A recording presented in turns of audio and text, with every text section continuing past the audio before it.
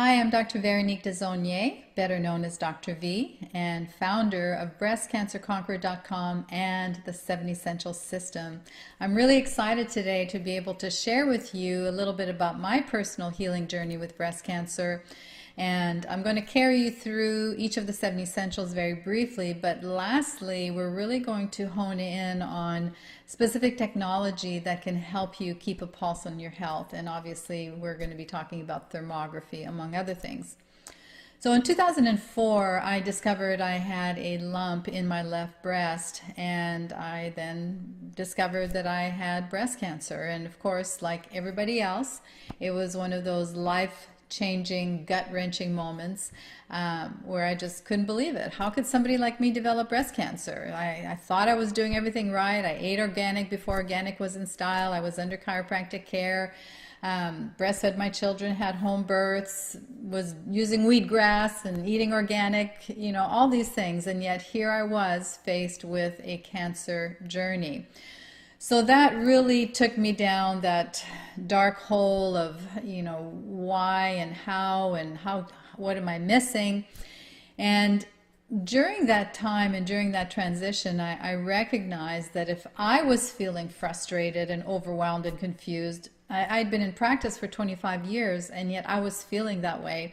How much more so would the average person feel who didn't have, the professional background and all the research that I had accumulated over the years?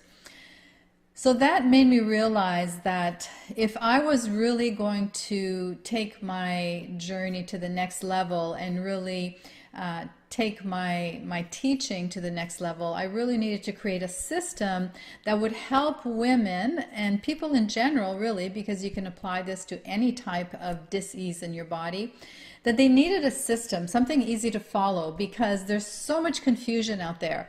There's, little bits and pieces in all of these areas of healing, but nobody has really put it together.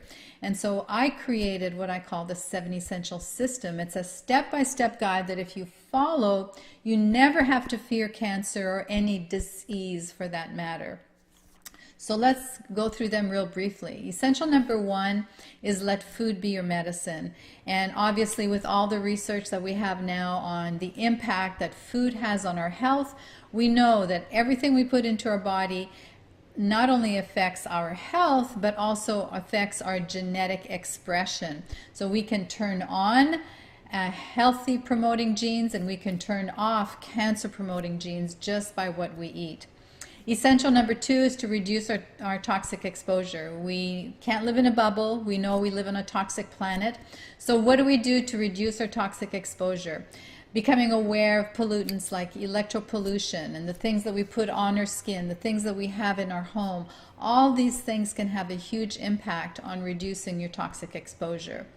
Essential number 3 is to balance your energy. We are energetic beings. We are only 1/1000th physical matter. The rest is all energy. So how do we change that energy? How do we keep that energy balanced?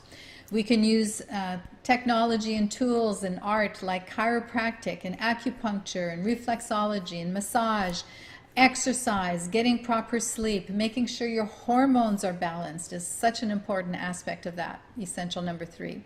Essential number 4 is to heal your emotional wounds. Now, this is typically the most challenging and the most difficult one because we're real good at handling tangible things, but when it comes to taking time to heal our heart, to take time for ourselves, to heal the past, heal the emotional wounds, to forgive ourselves, forgive others, that's not easy. And I know I included this essential because that was a very big one for me, and all the junk and the garbage I'd been carrying on my whole life. So it's very important to take the time to heal the emotional wounds.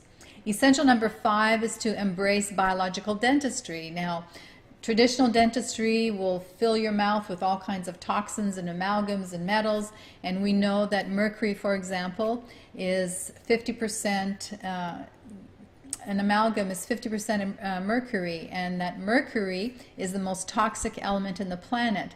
Mercury is also classified as a metalloestrogen, which means that it mimics and stimulates estrogen in the body. So understanding what you have in your teeth, what you have in your mouth is a big step into regaining your health. Essential number 6 is repairing your body with therapeutic plants and herbs and specific therapies.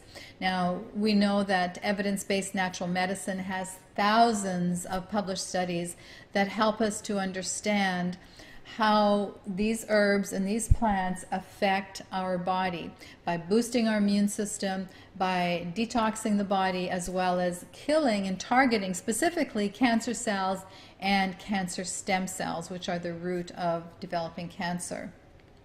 And lastly is essential number 7, where you learn to adopt a very early detection and to keep a pulse on your health. Now, if you rely only on traditional medicine to make sure that you are maintaining your health, then you may be missing a few pieces of the puzzle. So let's talk about a big issue. Let's talk about the difference between mammography and thermography. Now, first of all, I'm not going to tell you not to get a mammogram, because there have been some instances where other technologies have missed the cyst or the tumor, and mammography has found it. However, it does not come without its particular problems and side effects.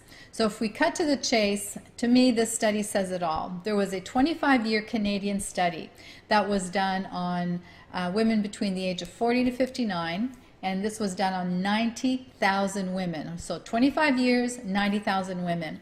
And they found that mammograms did not reduce breast cancer mortality rate, not even by 1%. And that a mammogram was just as effective in finding a tumor as a breast self-exam. So how important it is to really discover and learn how to do a proper breast self-exam. When you look at the technology behind mammography, you're dosing your breast tissue with radiation along with compression. Now, you don't have to be a scientist to understand that radiation can cause cancer, and that radiation can be very, very unhealthy for your body. And so consistent compression, consistent radiation to the breast tissue has been shown and documented in journals such as the British Journal of Radiation. It's been shown to possibly increase your risk of cancer and causing mutational problems up to 6 times because of the low dose radiation. Think about, what if there was a micro tumor in your breast, and you add that compression and you add the radiation? What do you think that may do to increasing your risk of growing that tumor because of the radiation and the compression?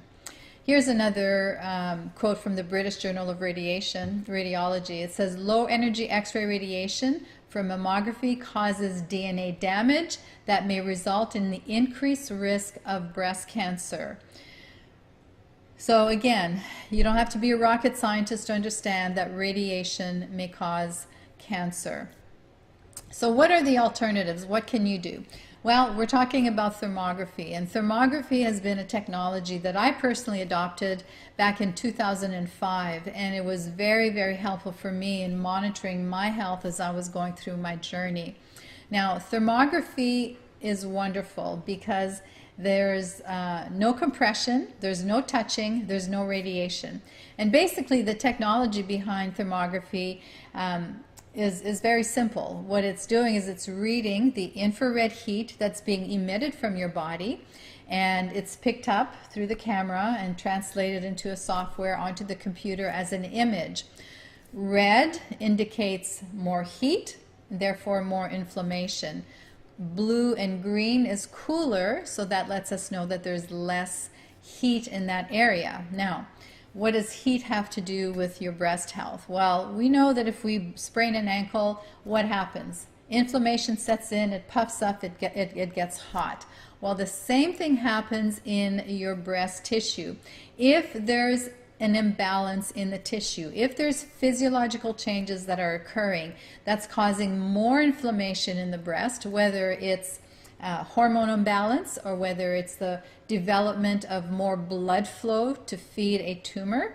That's called angiogenesis and neovascularity, or new blood flow, because cancer is very smart. It's going to create its own blood flow to feed that tumor. So if there's more heat in the breast area and there's specific patterns, then that can alert you to the fact that there's some issues going on in the breast. Now, thermography will not and cannot diagnose breast cancer or any type of cancer. What it can tell you, though, is that there are physiological changes going on in the breast tissue, and can alert you and your physician to be very proactive about what needs to be done when it comes to your breast health. Now, the clinician or the person who's taking the image will not, make a recommendation, but those images are actually sent to a thermographist who is a medical doctor. Just like a radiologist reads x-rays, a thermographist is a medical doctor trained in reading specifically thermographic images.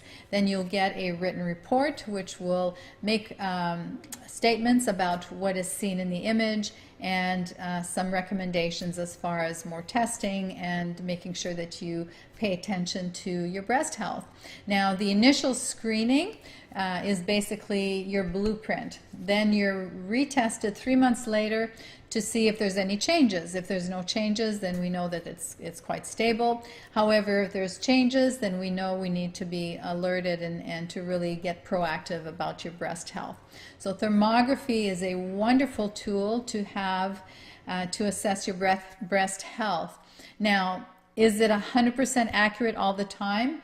No. Just like any other test is not 100% accurate all the time. According to statistics, it's typically between 90 to 97% in finding physiological changes in the breast tissue.